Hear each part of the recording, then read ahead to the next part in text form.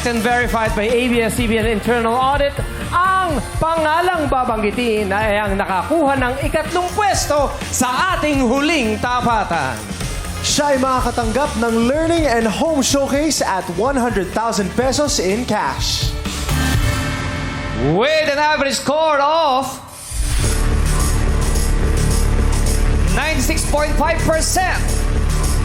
Ikaw ang nakakuha ng ikatlong pwesto.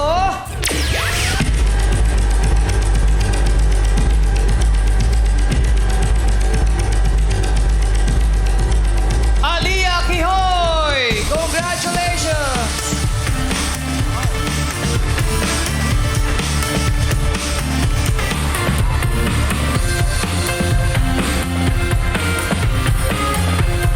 Ayan na niya ang kanya mga napanalunan. Ina-award ni Miss Jamie at ni Ion.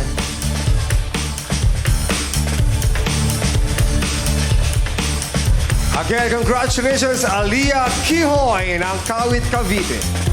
Ang pangalang susunod na babanggitin ay ang tatanghaling kampyon ng Tawag ng Tanghalang Kids Season 2 at makakatanggap ng tropeo, management contract from ABS-CBN Music Management Group to be awarded by Jonathan Manalo, ABS-CBN Music Head for Music Content and Operations, and Abby Aledo, Team Lead, ABS-CBN Music Management Group. Makakatanggap din siya ng Learning and Home Showcase worth 300,000 pesos at cash prize na 500,000 pesos. Ang score na nakuha ng ating second placer ay 96.6%. At ang grand champion naman natin ay nakakuha ng 96.7%. Sobrang dikit.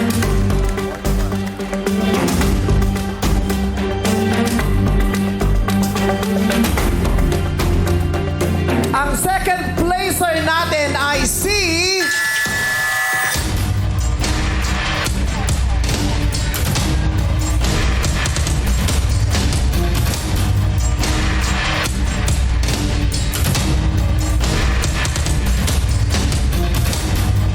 Dylan Canicera at ang ating grand champion ay si Kim Hewitt ng Dumaguete! Wow! From Respacker ngayon, Grand Champion ka na, Kim Hewitt!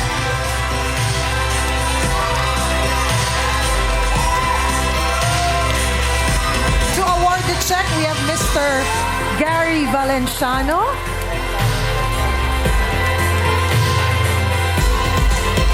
And Mr. Christian Bautista.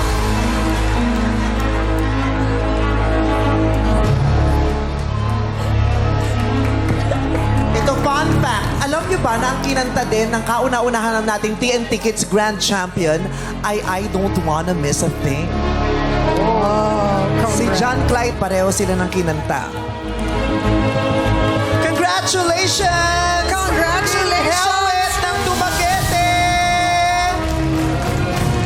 At narito po ang scores ng ating final three.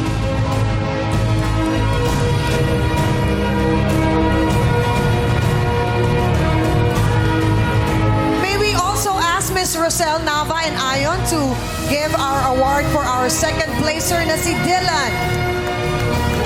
And Sir Jonathan para sa management contract para kay Kim. Wow, si Kim! Recording artist na talaga!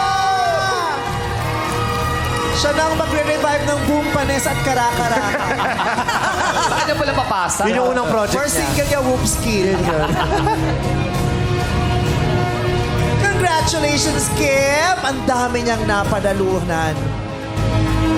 Gayun din sa ating dalawa pang mga nagwagi sa araw na ito, sina Aliyah Kihoy at si Dylan Canicera.